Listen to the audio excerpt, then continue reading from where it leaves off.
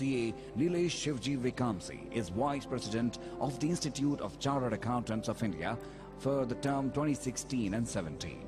Having gained deep insights into the profession as a fellow member of the ICAI with more than 30 years of impeccable professional standing, he has served the ICAI and the profession as a Central Council member since 2010. A member of the ICAI since 1985, possessing multifarious skills. He is widely commended and credited for his key role in student uplift activities and conceptualization and devising of a new futuristic CA curricula. As a council member, he has exceptionally served the ICAI and the accountancy profession as the chairman of Board of Studies, Financial Reporting Review Board, Research Committee and Expert Advisory Committee. He has always dazzled his fellow members with his humble, down-to-earth approach to connect with people and brilliant and uninterrupted service to the profession.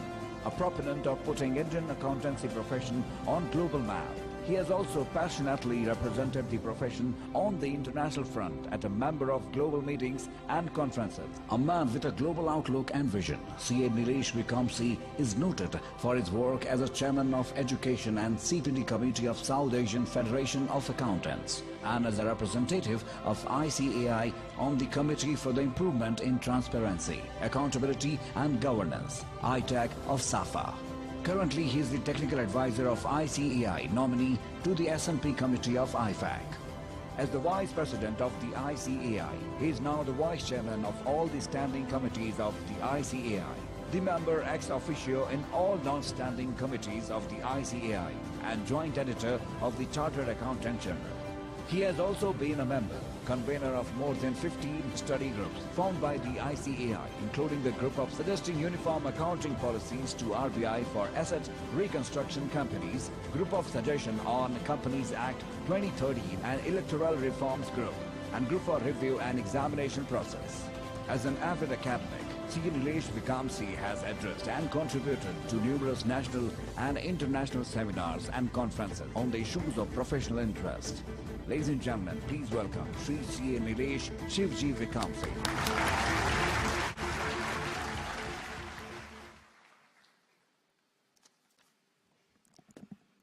Back home in India, both the president and me have cut down the formalities. I think the message has still not gone to the chapters, foreign chapters. So going forward, I think this has to be minimized, whether it is introductions as well as, I would say, the bouquets and all. So that's a request from both our sides. Chief guest, His Highness Sheikh Nayan bin Mubarak Al Nayan, in absentia. Guest of honor, respected past Governor of Reserve Bank of India, D. Subbarao ji. Respected President Devraj Reddy ji. Chairman of the Dubai chapter of ICAI, Nimesh Makwana. Vice Chairman Pankaj. Secretary Naveen. Respected past President Manoharan ji. Respected speakers. Respected past Chairman, the founder chairman, Mr. Patel, Mahendra Bhai, lot of seniors, I can go on and on. All the people who have made the chapter, who has laid the foundation of the chapter and built it brick by brick. It's a pleasure to be here in the 34th annual conference of the Dubai chapter.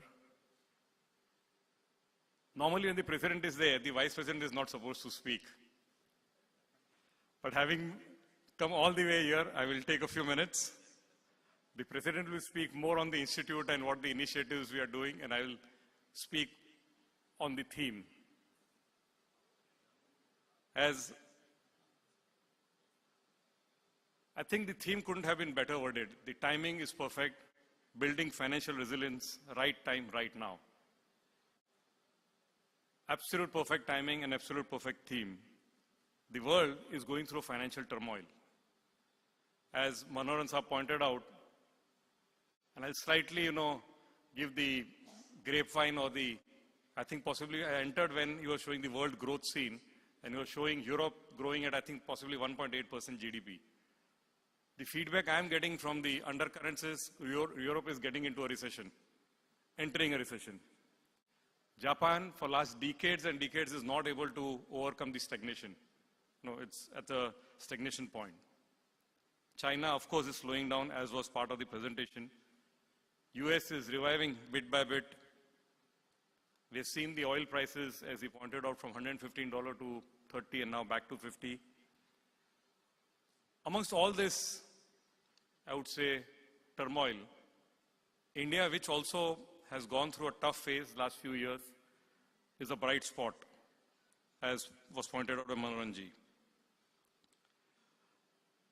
Though we are not seeing much on the ground as of now, but the policy decisions taken by this current government, whether it is on roads, infra, power, coal, railways, name it,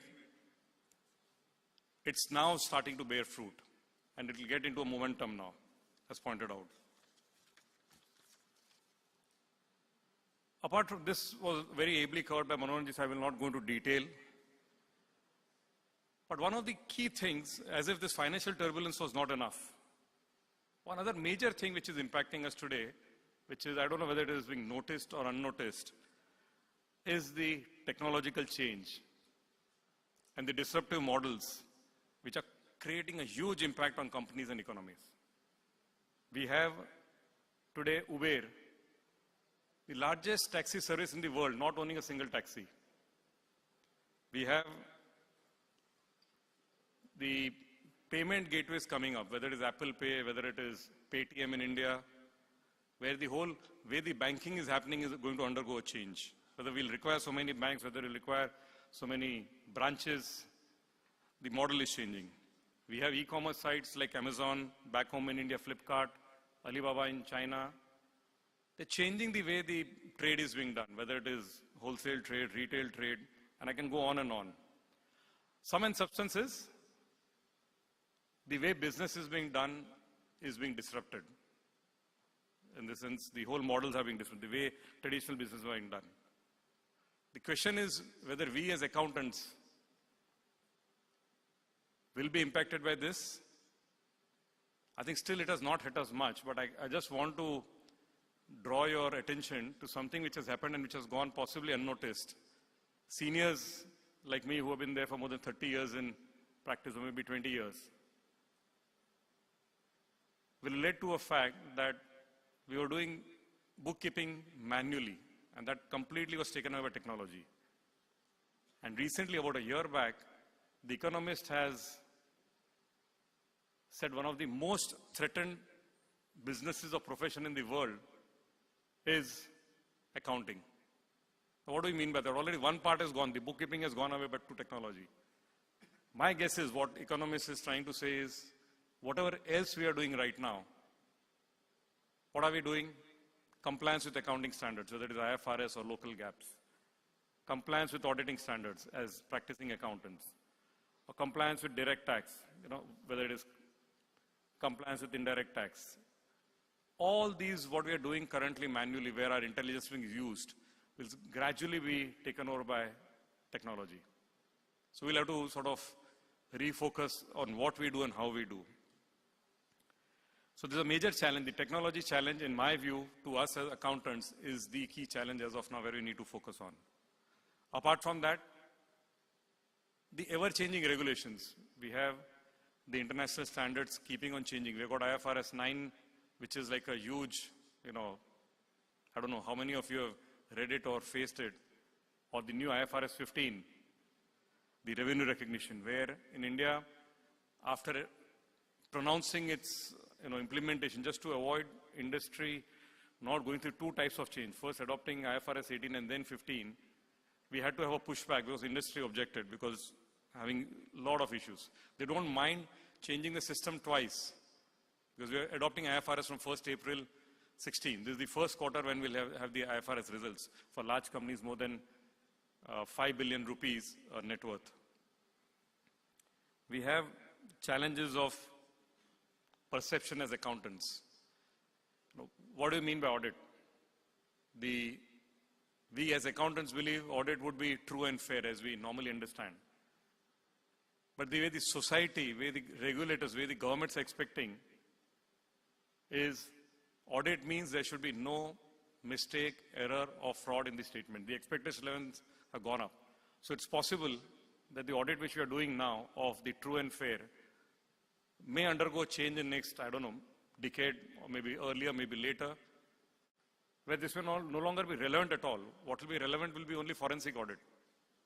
So the expectation is only the auditors should be fraud busters, whether the fees they are being paid is a pittance or whatever.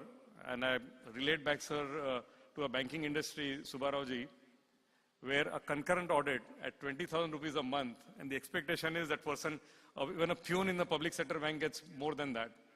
And the general profession in India back is tarnished that the auditors are not able to detect frauds in the banks as and when it happens. So my question is, if the payment is going to be a pittance, how do we expect a Superman or a superhero who's going to be a fraud buster? But anyway, that's a challenge which we are taking up with the Reserve Bank and the banking sector in India. So the challenge on audit, what is audit will remain. And the perception gap, I think it will be as an accounting bodies, we'll have to keep on having a dialogue with the government, with the stakeholders, and try to bridge the perception and the expectation gaps. The other challenge is the ethical challenges. What we can do and not do as an accountant or as an auditor, the conflict of interest, and that also becoming more and more stringent. Then the multiple regulators, the challenges of cross-border trade. Forget the challenges of cross-border trade. Even as I mentioned, the way the technology is impacting us. How do I account for those transactions, the cross-border transactions, which are being done on mobile apps, which are being done on technology? How do I, what is the impact of VAT? What is the impact of local taxes? We are having, the OECD has come out with BEPS, the base erosion and profit shifting. So that again will be an area of debate in the next few years. Most of the jurisdictions want to tax profit in their own jurisdictions and don't want it to be shifting out. So that will be an issue. And how do you audit, as an auditor, how do you audit these transactions? Especially, look at banking. Today, I'm part of a private sector bank I'm a director. You can open your bank account in flat 10 minutes through an e-KYC using your unique identity card called Aadhaar back in India. Within 10 minutes, you can open a bank account. You can do a transaction using the payment apps which we have. So those are the challenges which we are facing. But amongst all these, I think we as Chartered Accountants, we've been trained, as Manoharan Saab said, to convert these challenges into opportunities. And what do we have now? Focus. We need to change our focus, get into data analytics, get into big data, cyber security, risk management. So those will be the emerging risk management. Those will be the opportunities which will be emerging out of these challenges. So I think we'll need to convert all these challenges into opportunities. And I'm sure, I think we have been trained in that manner as Chartered Accountants, that the fact that we are passing one of the toughest exams in the world, which itself is a huge challenge, that will help us in facing these challenges we are now seeing in the world. Coming back to UAE and Dubai, we are happy that we at India are one of the biggest partners of the UAE as well as Dubai. And we as Chartered Accountants will continue to play a very big role in the growth of the UAE economy. We offer our ICAI services for various aspects of accounting and auditing, whether to develop the regulations, strengthen the regulations in UAE. If any training is required for the locals over here, we've got a very rich body. And there will be some issues also which will be cropping up, which also along with the chapter will be addressing as far as that. Considering the BCom as, for the accounting major, there is some issues and we'll be taking it up. With this, I'll conclude. As I told, it's the President's Day and he'll be speaking more. So with this, I want to wish the Dubai chapter and all the members present here a very, successful year ahead, and to the chapter, not only a very successful conference on these 2 days, that it does more and more, activities for the benefit of members and students. Thank you.